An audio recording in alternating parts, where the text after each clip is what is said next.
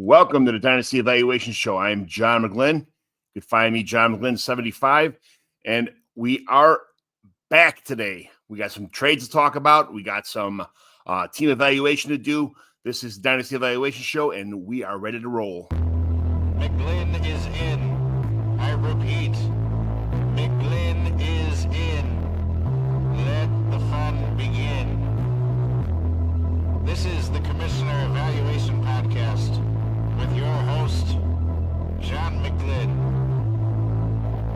Is that Herms? He got them guests on the Rolodex, stopping by to talk about some Dynasty Superflex. Everybody, yo, Commish is in. It's time to sit down to listen to John McGlynn. Yo, who we trading, who we fading, who we getting off the squad. Knowledge never overrated, playing for number one. Hey, yo, McGlynn is in. It's time to let the fun begin. It's the Commissioner Evaluation Podcast with John McGlynn.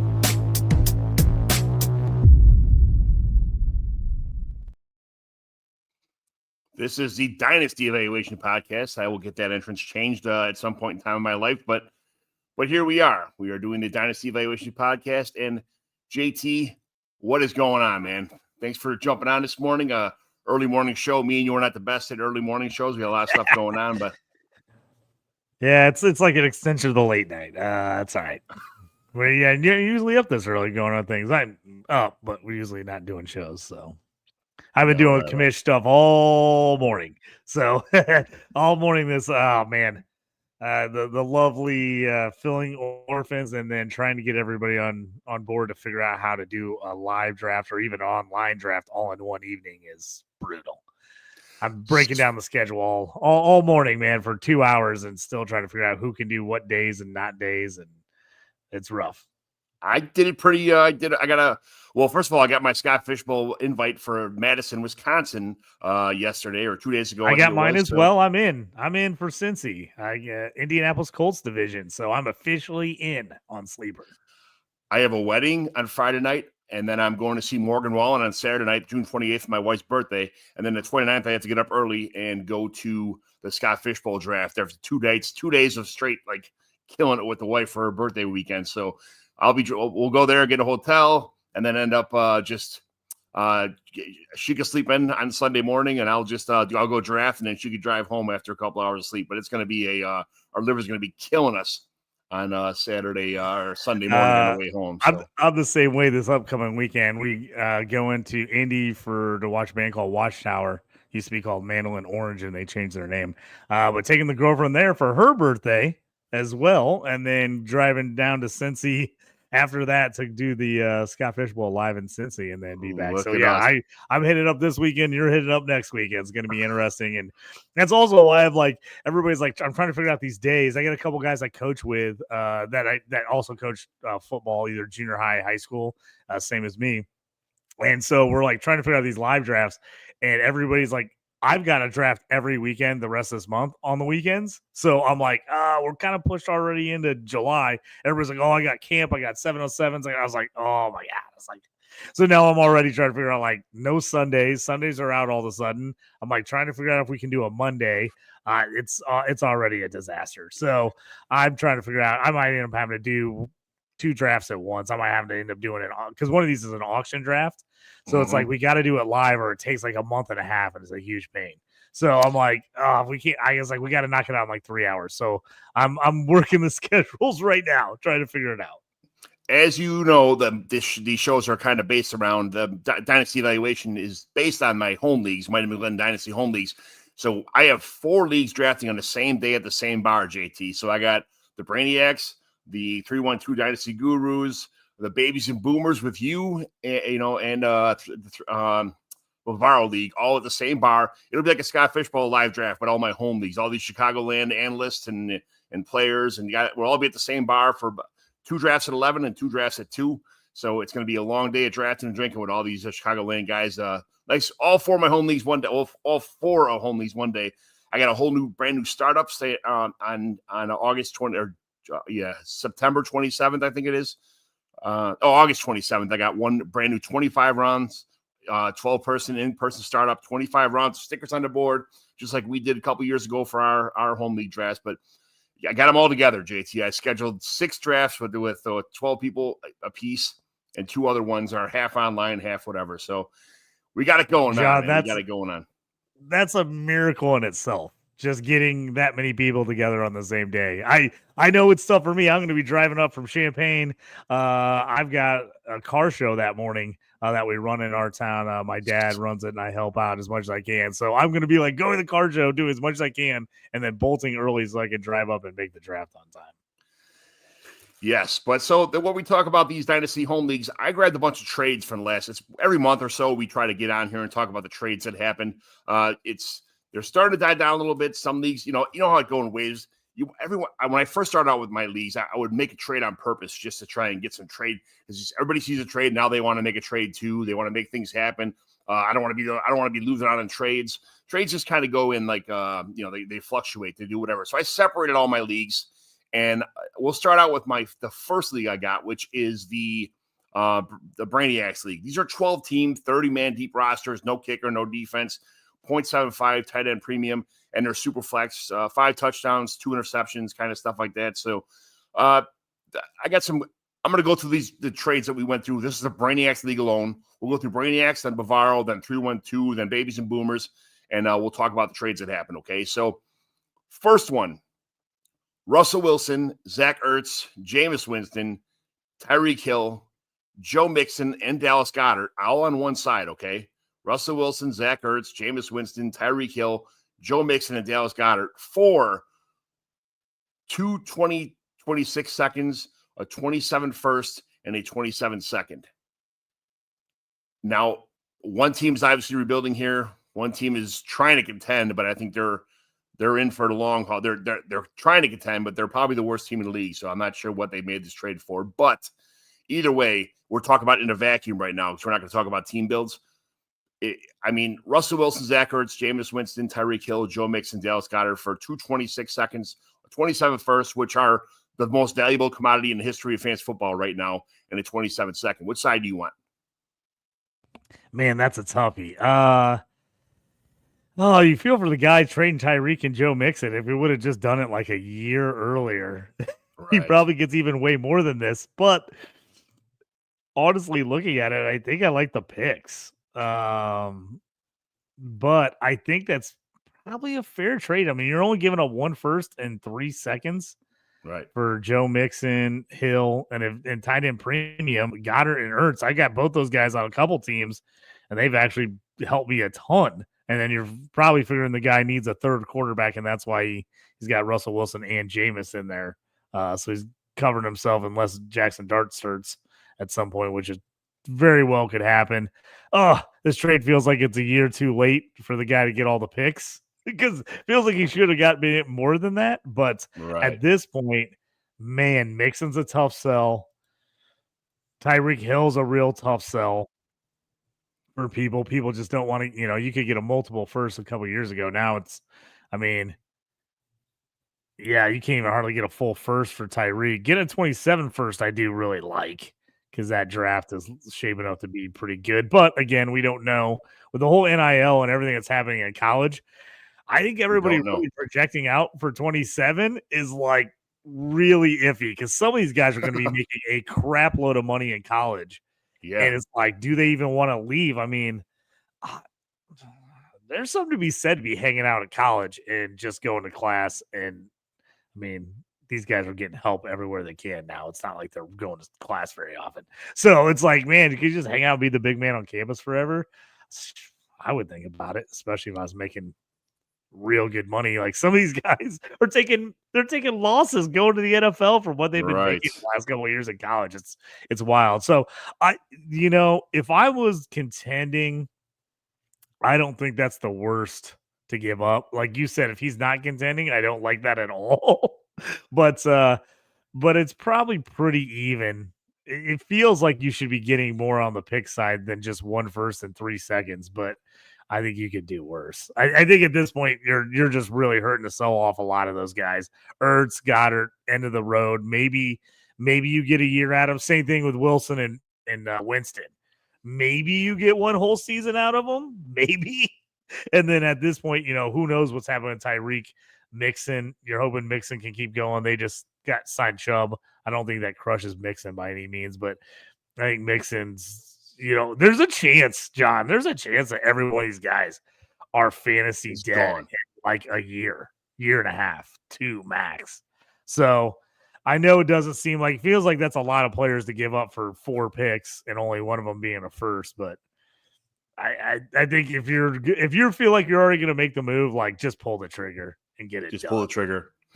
I mean, at 27, when that guy's looking at his first round pick, like, oh, son of a bitch. Every one of my guys is out of the NFL now. And I'm watching this guy draft, Arch Manning with John, my 27 that's first. when that ends up to like a, I was like, that's like one of those ends up being like a 101 or 102. Right. And the guy's like real pissed that he did it. A couple years ago, the guy that made the trade's like, I knew that was going to come home at some point, and it ends up being a huge, because the guy's team falls apart and you end up getting a top 2 or 3 pick. Yeah, that guy's team is not that good. He traded for all these players to try to win right now. And there's already in every league, there's like 4 really good teams, 4 average teams that think they're going to, they might have a chance, and 4 teams that are terrible that are just trying, that think they might have a chance. And there's that one guy who's like in the bottom 4 that thinks he has a chance of title, but he has no chance. That guy's got no picks in 25, 26, or 27. Oh, no. And his team is, it's terrible. Yeah, it's going to get bad. It's going to get bad. Oh, man. I had a league like that, John. It was a 14-team league, and there was like 4 really good teams. There was like 6 just god-awful teams where they were just breaking it down. I was kind of stuck in the middle, and I couldn't bust my team up and break it down because so many guys had already done it that I was too late to the party. It was like even breaking my team down and selling guys off, I was still picking like 107, 108. I wasn't even getting like a top 5 pick. So then I just kept trading picks and just trying to get old super flex quarterbacks like in running backs forever. And I finally this year, I've made the playoffs or just missed the playoffs every year in that league. Like either was the last team in or the last team out. Every season, finally, I just broke it down this last year. You have to. I ate it some places, but I tell you what, I'm going to be pretty bad this year because I sold off all my running backs. But I'm already in a nice little rebuild. I already got Brian Thomas and I think I got Brian Thomas and a second, or Brian Thomas and I think I got Brian Thomas and a first for Chig and Baker Mayfield. So I was pretty pumped about that. There you go. Jamie Perrock jumping in saying, hey, what's up? Nick jumping in saying, hey, how you guys doing? Dustin Royer listening at work. Much appreciated, Dustin. I've been talking to Dustin a lot lately. Good dude. A lot of good advice, a lot of good insights. And then Nick says, I'm in my first ever Dynasty draft. Would love your guys' advice. I'm going to give 2 minutes, 1 minute of advice here because we're this one question has took like 15 minutes already. But I really broke that one down, John. I'll be faster on the next couple. Sorry, my bad. So in my first ever Dynasty draft, we've all been there before. We drafted, we tried to draft all the up and coming rookies and, nothing but the young guys and skipped over the talent, the already given talent because we want to get, I tell you what, I'm going to say when you first get in a Dynasty draft, your first ever Dynasty draft, it's a startup, 25 rounds, 12 teams, stuff like that. Go after the talent. Go after the guys right now who are going to, Dynasty's a 2-year window. It's not a 7-year window. It's not a 12-year window. You're not keeping these guys. In 2 years from now, probably all the guys you're drafting are not going to be on your team anyway. So draft guys right now that are going to make a difference that you think you could possibly win a league with. Or, if you think you can always trade away guys in your startup draft too. You could trade back for future picks. During the draft itself, you can trade. Some people don't know that. You could trade during the draft. You could say, hey, I'll take a 26 first. Give me I'll give you this pick, that pick, and you give me 26 first, and you can move up, a couple spots. But I'm just saying, if you're going to draft for a 9, it's funny you say that. I have a lot of rookies. He says, funny you say that I have a lot of rookies. It's okay, but how many drafts have you been in, JT, where you said, this is a startup, I'm going to draft nothing but young players and rookies, and you get there, and those guys don't pan out because nobody knows their value yet. Nobody knows they're going to land. Everybody has these expectations of players on your roster, like, yeah, he could do this, he could do that. Go for the guys that have done it first, okay? Try to win now. Go for the guys who've been in the go. Make sure you get the CeeDee Lambs. Make sure you get the quarterbacks that are, the good tight ends. Fill your roster up first for starters. Later you can go for the surprise picks later, the rookies later on in the draft. Save that stuff for later in the draft. Go get value later after like round 15, after round 20. But get established talent first. That's don't get guys that are in the very last year they're in the NFL. I'm just saying, like, don't go after the oldest guys because they have talent, but try and go after the guys who are going to get you points right now. JT, what is your vision when you're starting a dynasty draft? Depends on the league I'm in. Some leagues I go in with different strategies, but sometimes you have to be able to adjust on the fly. I've had times where I was like, hey, I'm going to go super young in this draft.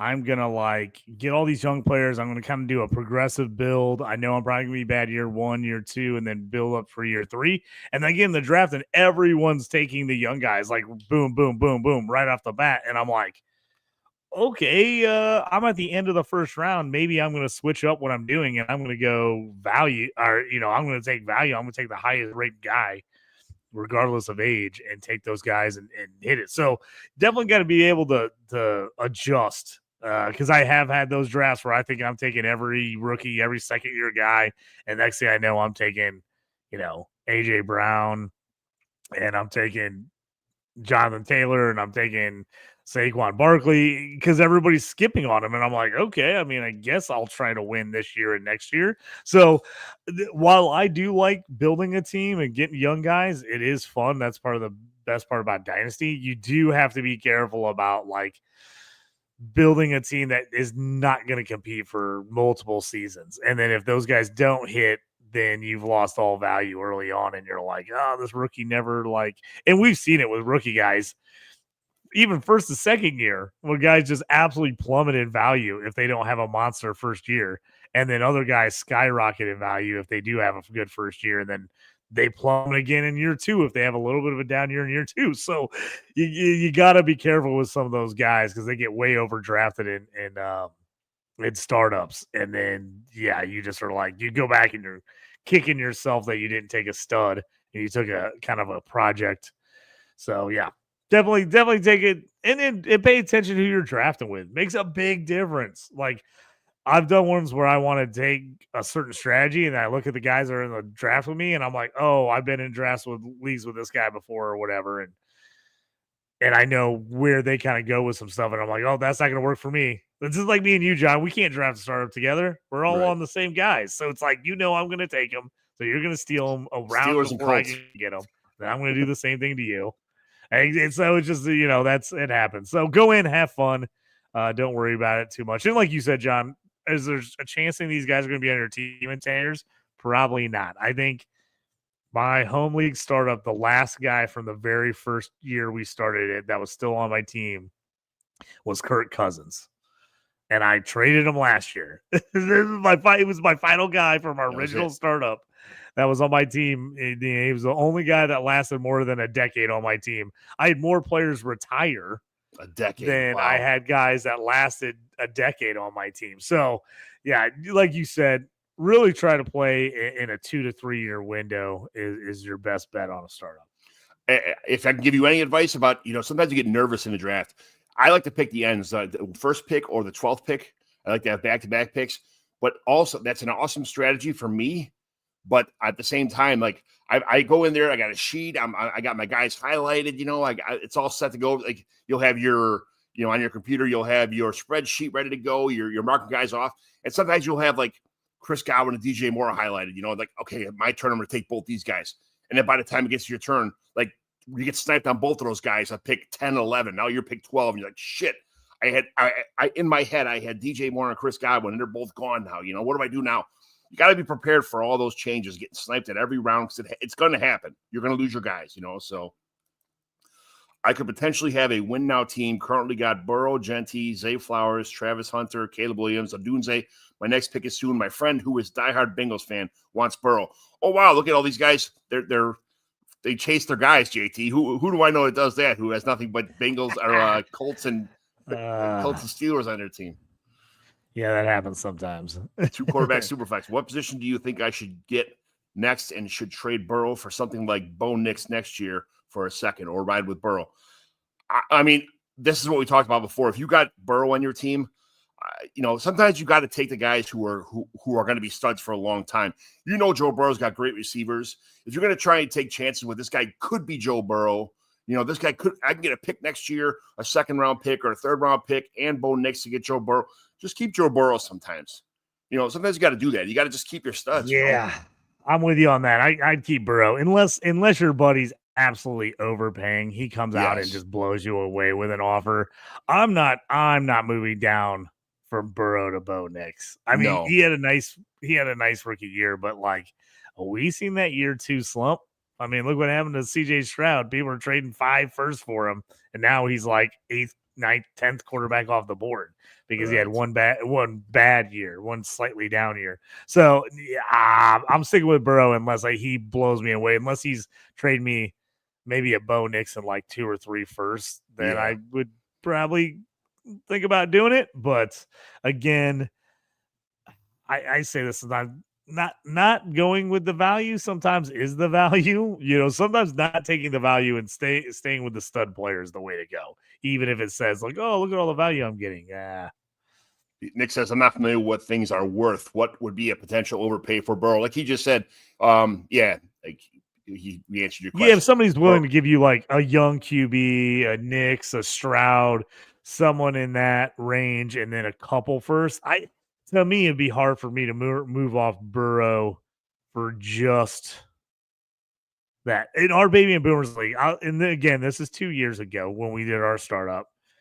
I got Burrow, I think it was pick 4, something like that. I ended up trading the guy that had pick 7 or 8, really wanted Burrow. So he traded me Lamar Jackson, Terry McLaurin, and a second for Burrow. Yeah.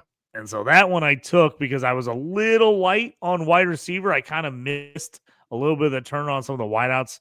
And I actually, to me, Lamar and Burrow were pretty close. So I was me getting McLaurin and a second, I thought was worth it.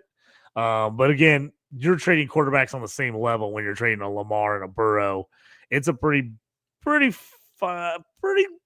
big step down from Burrow to Bo Nix, at least for me in my rankings. Yeah. I would want at least 2 or 3. I'd want at least 2 first and Nix or someone hopefully better than Nix for Burrow personally, especially with the team it sounds like he's got. That's a win now team. I'd probably hold Burrow or get your guy to throw in another piece, man. Get a quarterback, a first, and somebody else, a win now type of player.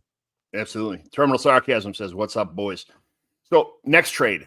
The 27 first here is going to be a theme because the guy who traded away his team you can see he's eyeballing these 27 first. There's a couple trades in here that are all for the same guy that are eyeballing the 27 first. So this one is the guy gave away Christian McCaffrey, traded away Christian McCaffrey, same guy, and he got back a 27 first, a 27 fourth, and $1 in fab. So the $1 in fab must have put it $1 out of $1,000 fab budget. Those are just kind of joke trades in our league. Just people make fun of people for trading fab. I trade fab all the time because I'm that guy who just likes to include fab. But this guy put $1 out of $1,000 of fab in there. So do you want Christian McCaffrey, or if you're rebuilding, or 27 first, 27 fourth, and $1 in fab? My guess you're trading that McCaffrey that first because you're nervous. If you're in a rebuild, obviously you don't need CMC. And if CMC has another injury-plagued year, something goes south here, his value is going to start really plummeting because you would have had to get multiple first to get him 2 years ago. So I think that's fine. Getting a 27, like I said, I'd rather have a 27 first than a 26 first. So I don't mind that. Getting those thrown in is fine. John, if you're a win now, I think that's I honestly think that's a fair trade. Fair trade. It's tough to get much more than a first for CMC right now. I just got offered in a league CMC. I have CMC and a pretty average team. I got CMC and Mike Gesicki. He offered me Caleb Johnson. So that's basically a mid-round first. Wow. For that. Would you do that trade? Would you? I'm not a big Caleb Johnson fan, as you know that. I'm not a huge Caleb Johnson guy either. That's what's tough for me. Usually I'm all over Steelers players. Everybody's offering me Steelers players, and I don't love Caleb Johnson, so I'm a little nervous here. I actually just skipped on Caleb Johnson in a draft and took Luther Burden this morning instead of him, even though I probably could have used the running back. I was like, I feel better about Luther Burden, so I took him instead. Yeah, no, I get it. I don't know. This guy started out the league we're talking about right now. His name's Brian. He started out the league. He traded his entire team away. Didn't win one game for 2 years, and then won the league for 2 years in a row. And now he's selling his team again because a lot of guys have one guy in the league has he's got this year 25. We haven't drafted yet. Our drafts in a couple weeks. He's got 11 of the 12 first round picks this year, so he's going to have pretty much his pick of the litter minus one team. But Brian traded his team away this year. He's trading it away and starting from scratch again. So, but when you win a league, you pay for the next 8 years. You know, your next 7 years are already paid for. So this guy's he paid for 2 years. Now he's got 16 years paid for of because he won a league 2 years in a row. He's got nothing to worry about, nothing but time. You know, and it makes it easier to break it all down and start over again when you're playing with house money. Absolutely, it sure is. So, yeah, next trade. I think that's fair trade. I think you got to have. I think if you can get a first and anything more than a first for CMC, I think at this point, especially at 27 first, I think that's worth to me. I think it's worth. You have to make that trade. You have to pull a trigger right now while you have that chance. So yes, 100%. Next trade is Travis Kelce for a 27 second and a 27 fifth. So I mean, me and you like 5th round picks, but for the most part, we know that 5th round picks they look great. It's tender on the Christmas tree, but it's not worth too much unless you get like a Puka Nakua or something like that. But Travis Kelce for 27 second, which is probably going to be early 27 second. Which side are you taking? I think that's fine. I don't know in any league you're going to get a first for Kelce at this point. So, I mean, sometimes you just have to look at the value. I mean, I sold off Kelce 3 years ago in a league because I thought he was getting close to being done. And I think I got like a 1st and 2nd for him. And he ended up winning this guy the league 2 years in a row. So, yeah, it was my bad. But I sold him off and got a couple players. But I was in rebuild mode, and I was like, I don't think Kelsey's going to help me in the next 2 years where I'm trying to rebuild. So I sold him off, obviously, too early. But I think the second's the best you can get for Kelce. I don't think there's anyone giving up a first for Kelce at this point. I sold off like Joe Mixon and Stephon Diggs and stuff like 3 years ago, thinking that they're going to run out of steam. And the man, when you sell too early on some of these guys, but I think it's time for Travis Kelce. I think it's time. Like you saw him slow down so much last year. You're either holding him. Oh, I was just going to say you're either holding him and just assuming you're going to just play him until he retires, or you're selling him now. Because you're not going to get anything out of him in a year or two. So it's if you need to, you got to move him now, or you're just gonna keep him till he's done, till he calls it quits. Yep. All right, next one, Isaac Guerendo for a 26 fifth and a 27 third. I don't love Guerendo, even though he technically is probably Christian McCaffrey's backup right now. I like Jordan James actually better than Guerendo. I think that's fine. Guerendo was like a 3rd round pick last year. So I don't mind getting a 27 third and then throwing in that 5th. You know me. I always love throwing that 5th. Give me a dart throw. I don't mind that at all, especially if I'm a CMC owner. I would be selling Guerendos to a CMC order for a 3rd. Absolutely. Yes. Those are for quarterbacks and tight ends right there. That's what that round's for. Quarterbacks and tight ends are the 5th round. That's when you're taking the backup quarterback that are rookies. You're trying to get backup guys on your bench, sit them. And you're taking flyer tight ends that you're going to wait on for 2 years or 3 years. That's where you're taking those guys. Mm-hmm. Next one, Ramondre Stevenson himself for the 303, the 503.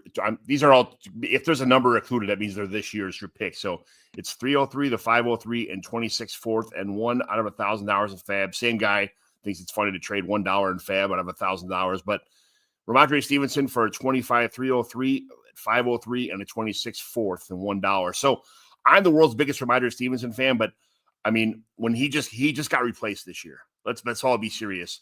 I mean, Travion Henderson just took his job. Travion Henderson doesn't fumble, probably pass blocks pretty close to Ramondre, but it's the writing is on the wall. He does not fumble. Ramondre Stevenson has a big fumbling problem. So does Antonio Gibson. Travion Henderson does not. He had like 1 fumble in all of his college career. So if I can get a 303 for Ramondre Stevenson, plus a couple, other spices to add on to that for Ramondre, I'm going to take that and run with it right now. Yeah, I got offered Ramondre in a league before our rookie draft 2 weeks ago, and the guy wanted a late 2nd and early 3rd for him. And I turned him down, and he was like, wow, really? You're not taking that deal? He's a starter. And I'm like, I want to see who gets drafted. Plus, I wanted to see who was there because I'm loving a lot of the guys there in the late second, early third. There's a handful of guys that I'm big on, so I don't want to move those picks unless I have to. And I think that I was right. Everybody told me value wise, it was 2 seconds, 2 late seconds, and 2 early thirds for Ramondre Stevenson and Jaden Reed. And everybody on every Discord and every calculator I looked at told me take that. Got to take that. And I just was super hesitant. I just couldn't get myself to do it, and I turned it down. And then immediately after the draft, they draft Golden, they draft Henderson. Everybody's like, "Oh no, I wouldn't take that deal at all." I'm like, "See, that's why you can't always go with what everybody says the value is." Because as soon as the draft was over, and I told everybody the 4 players I got instead of those 2 guys, everybody's like, "Oh no!" Like when I re-put it up and showed the 4 players I got compared to those 2 players, everybody's like, "Oh no, that's like a give me on your side." I'm like, that's how quickly it changes. So you just got to be careful on that. I think, again, this is a CMC question, like we just said. I don't think you're going to get more than a second. I don't think you can get a second for Ramondre right now. It'd be tough. Like you'd have to have somebody pretty desperate, or somebody that has Henderson is like willing to give up a second to make sure they have both. But that's it. I think you're a 303. 503 and a 4th. I think you probably did about as good as you can right at this point. Let's say you got that 303, okay, and then during the draft, you take that 303, add some player in your team that you know somebody you try to trade for in the past, and you add them the 303 plus a player, and you end up getting like a Mason Taylor or a Luther Burden at the end of the second round, kind of, because that's where they're falling right now. I mean, how good of a trade would that be at that point in time?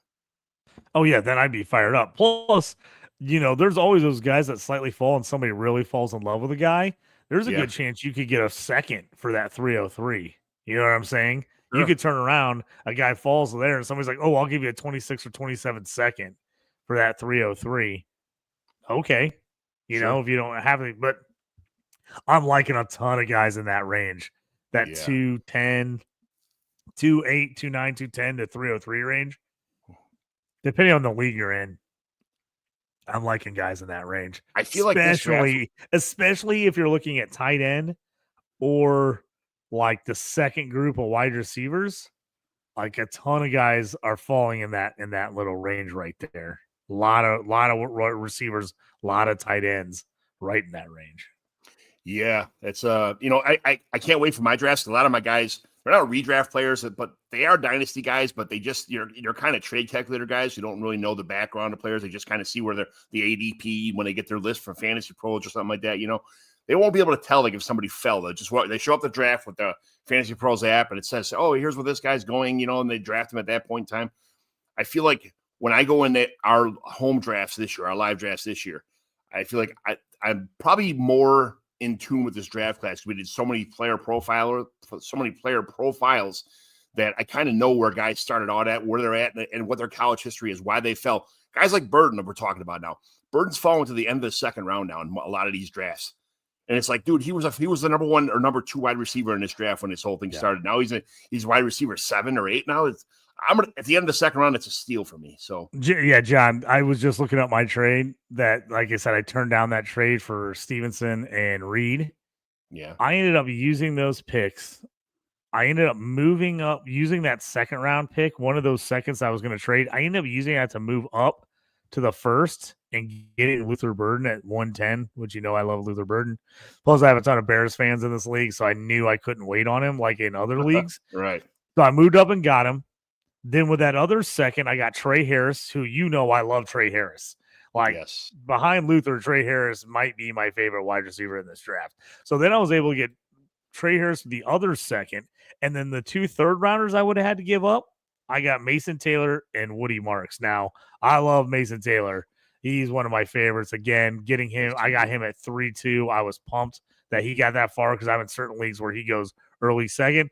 And then Woody Marks was a little bit of an overdraft, but at the time, I had no more draft picks in this draft. So I was real nervous. And I was like, I kind of reached on him because it was like him or another guy, and I wasn't quite sure who I wanted. I ended up reaching on him, and then I had a buddy ended up saying, "Hey, dude, I'll trade you the rest of my draft for your second rounder next year," and I did it. And so I actually overpaid. I a little bit overpaid, overdrafted Woody Marks, but I was able to turn around and get with those picks I traded. I was able to get Dylan Sampson and Kyle Williams for that second round pick, plus a couple other guys later. I ended up getting Jordan James, and I have CMC, and I was able to get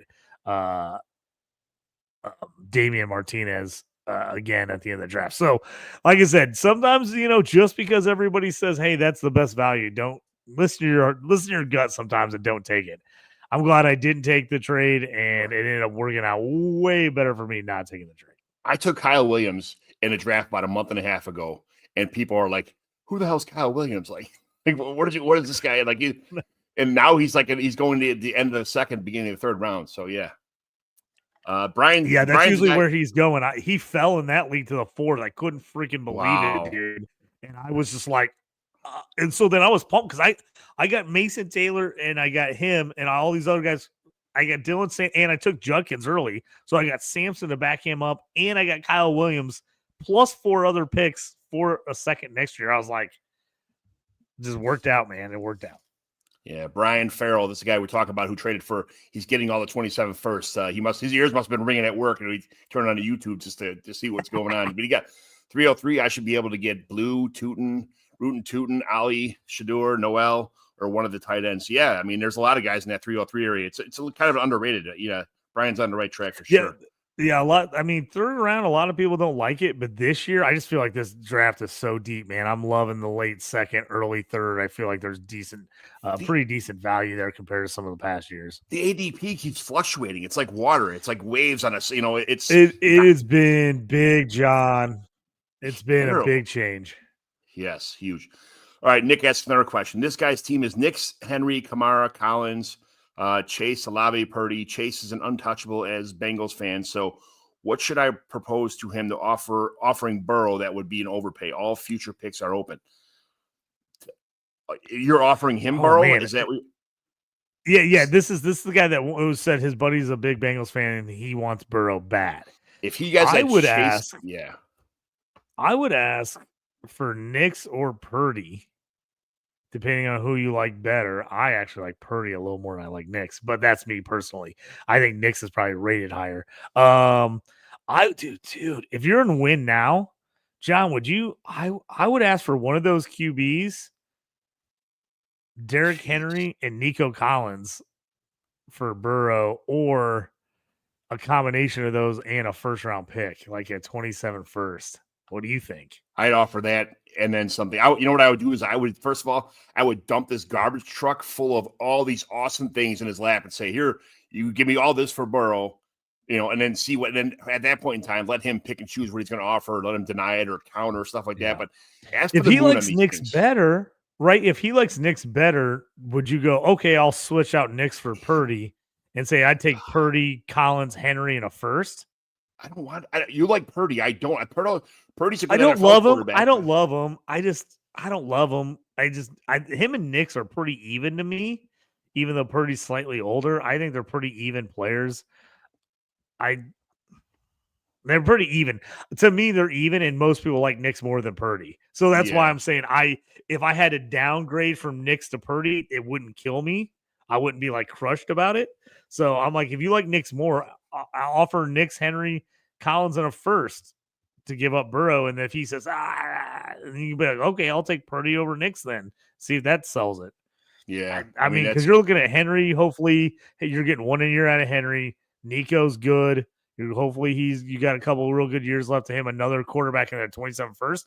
That I would make that move and a win now. Nico Collins, Derrick Henry, one of the QBs and a 27 first for Burrow. 27 first and throw in a 27 second, whatever else you can, stuff like that, and some guys on his roster or pick swap, a second for a third. Yeah. Okay. All right. Next trade. Same league. Will Shipley and Jonathan Brooks for the 306 and a 26 fourth. Oh, give me.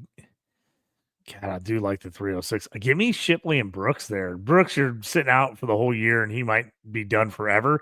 The only thing is he's a young dude. He's a young guy. He's only like 20, 21. It's not like he's a 26-year-old running back with back-to-back ACL tears.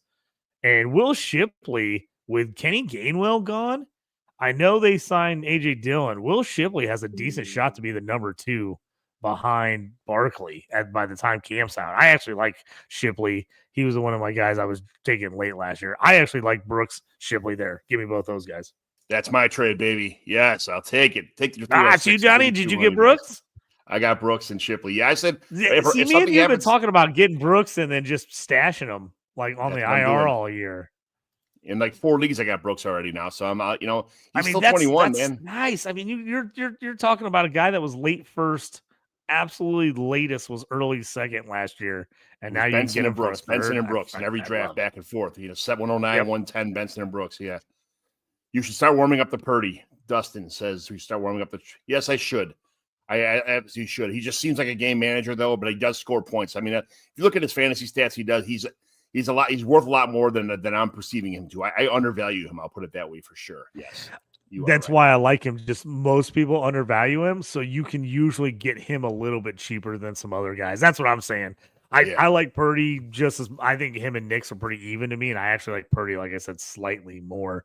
So most people don't. So that's why I'm saying Purdy is a guy I've gotten in quite a few trades where I'm making deals done because people don't like him, and to me, he's just like, he's just as good as any of the other guys from 8 to 12 or 14 in the QB carousel, I guess. Yeah, exactly. All right, that was it for the Brainiacs. We got Bavaro League. We only had one trade in the last couple of weeks. This is the 105 and the 105 for the 111 and the 201. Do you want the 105 value or do you want the 2 picks at the end of the first round and the beginning of the second round? Obviously, this one's going to be a little bit team dependent on who you're shooting at 105. To me, that's value. That's what you need to be at. If you're giving up an early top 5, top 6 pick, you need to be giving up a late first and an early second. So depending on what my needs were, I can honestly say I would take either one of these trades, and I've made super similar trades like this year. I've made a couple where I've given up a late and an early to move up. And I've had a couple leagues where I had a top 5 or 6 pick, and I was like, hey, man, I need more than one guy. Let me move back. Because here's my thing is if I need running back, I'm moving up to 1.5, John. That's what I'm doing. If I need running back, I'm moving up to 1.5.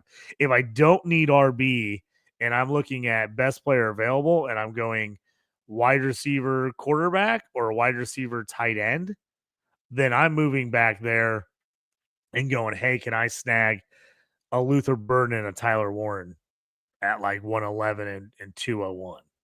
So that's where I'm looking at it in that range. That's how I would evaluate it, because I'm guessing if you're moving up to 105, most likely you're trying to get Henderson or Judkins or RJ Harvey.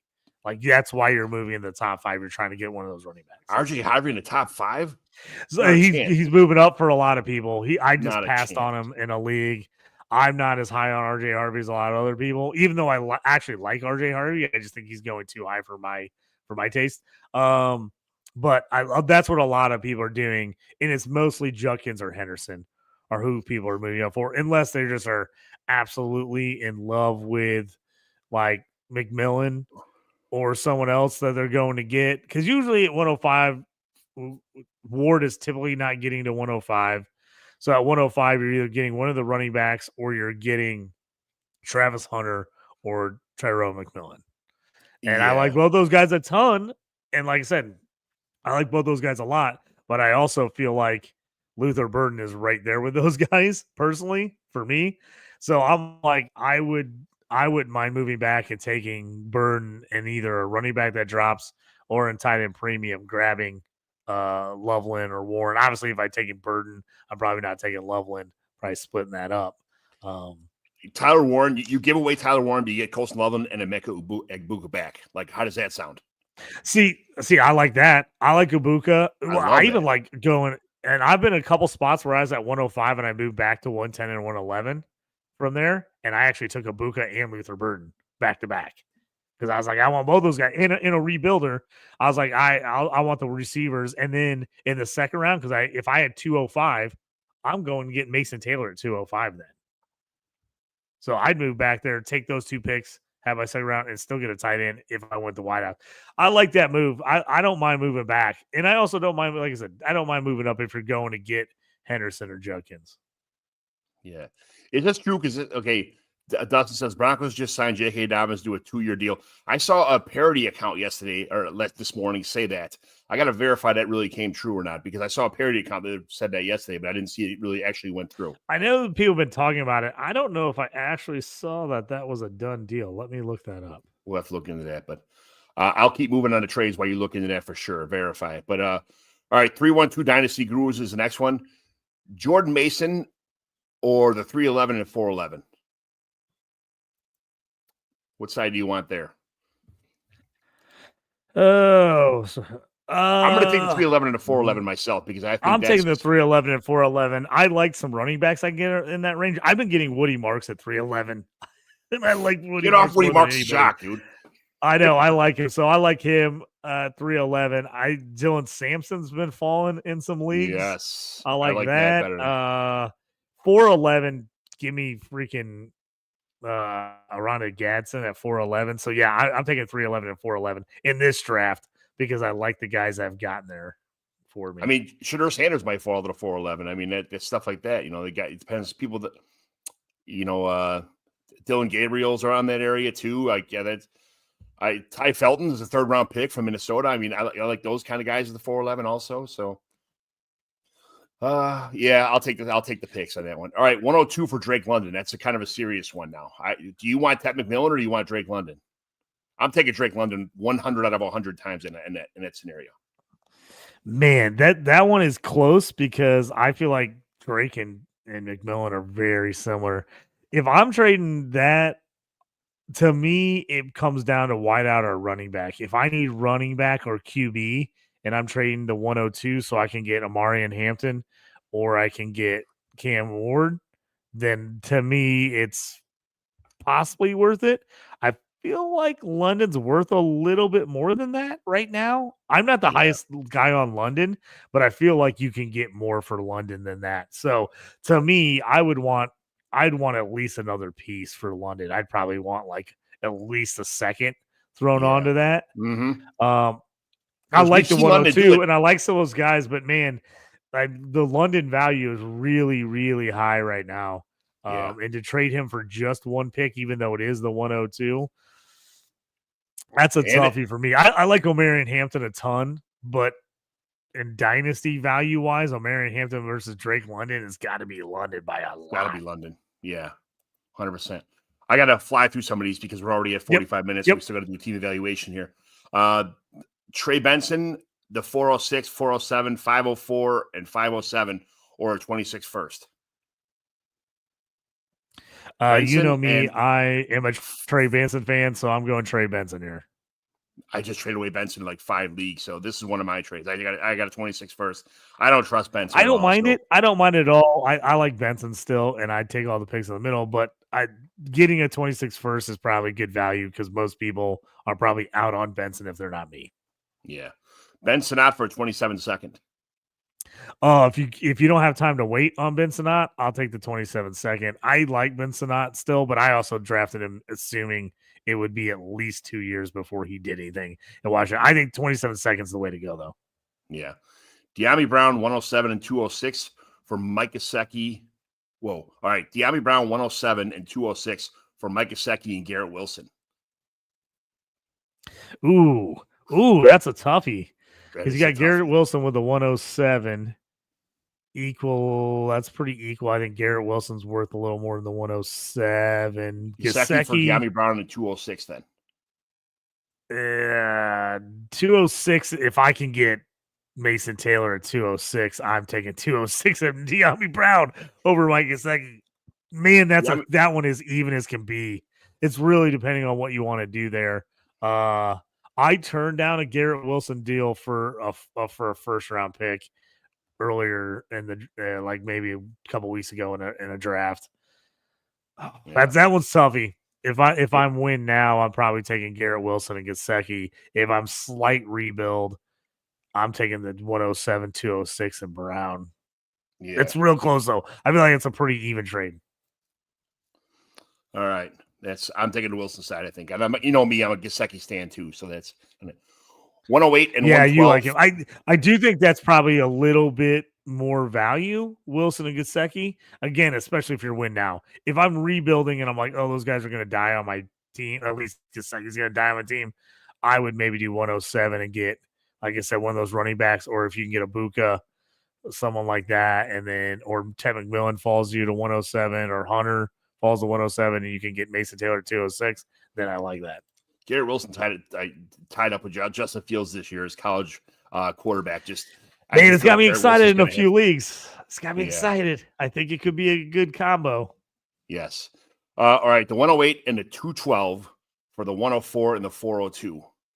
So you're moving up 4 spots, giving away the 212, and you're getting back the 402. So I want the 108 and the 212. I'm not sure where you're at. The 104, that's 108 and 212 for me. Yeah, 108 and 212 for me. Even though I feel like that's a pretty good. I feel like it's a pretty even. I mean, you're moving up a whole, little more than a full round, almost 2 full rounds, and you're moving back 4 spots. To me, that's a fair trade. Good. The 109, I'd probably say no, but the 108 is still in that area where that's like that haymaker kind of group of players. So yeah, I'll probably do that. Matthew Stafford or the 206. It's a super flex league, and you're getting numbers from Matthew Stafford. I'm probably taking Stafford, especially if I'm making this trade. I would have to be contending. There's no way I'm not contending.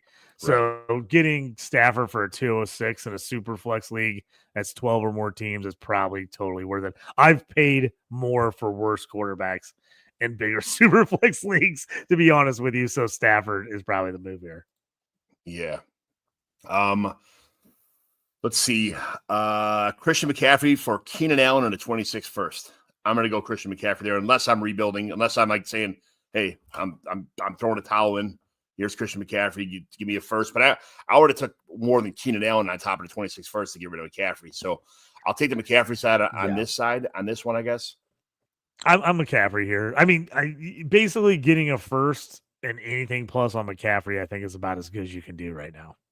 Yeah. 501, 506, and 510 for Gabe Davis and Kayshon Boutte.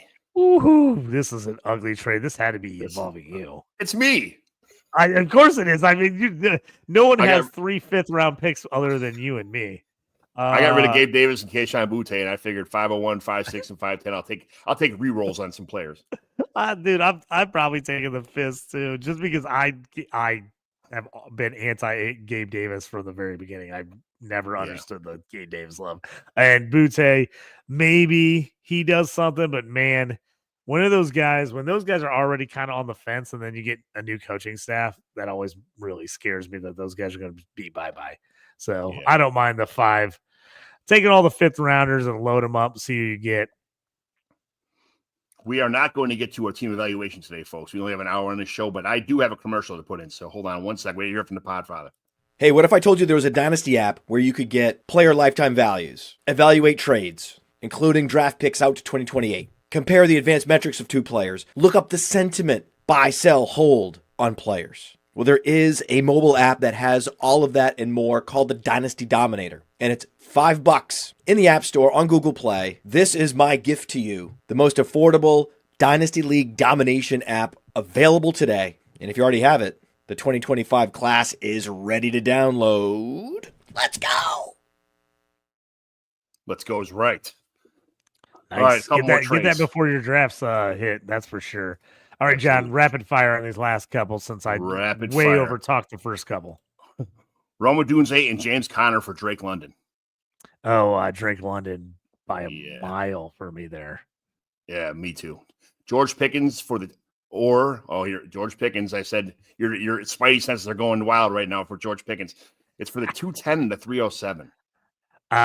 Give me George Pickens for 210, 307. I like that.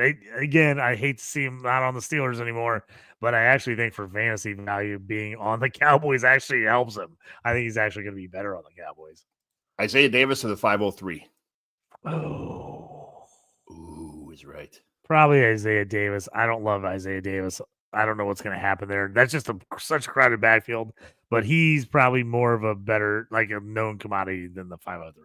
I think he's going to be the number 2 on the depth chart. It's my trade. I got Isaiah Davis. You're hating on your boy Braylon Allen. How are you I'm not already hating out on him. Braylon Allen? You were all over Braylon Allen. Now you're out.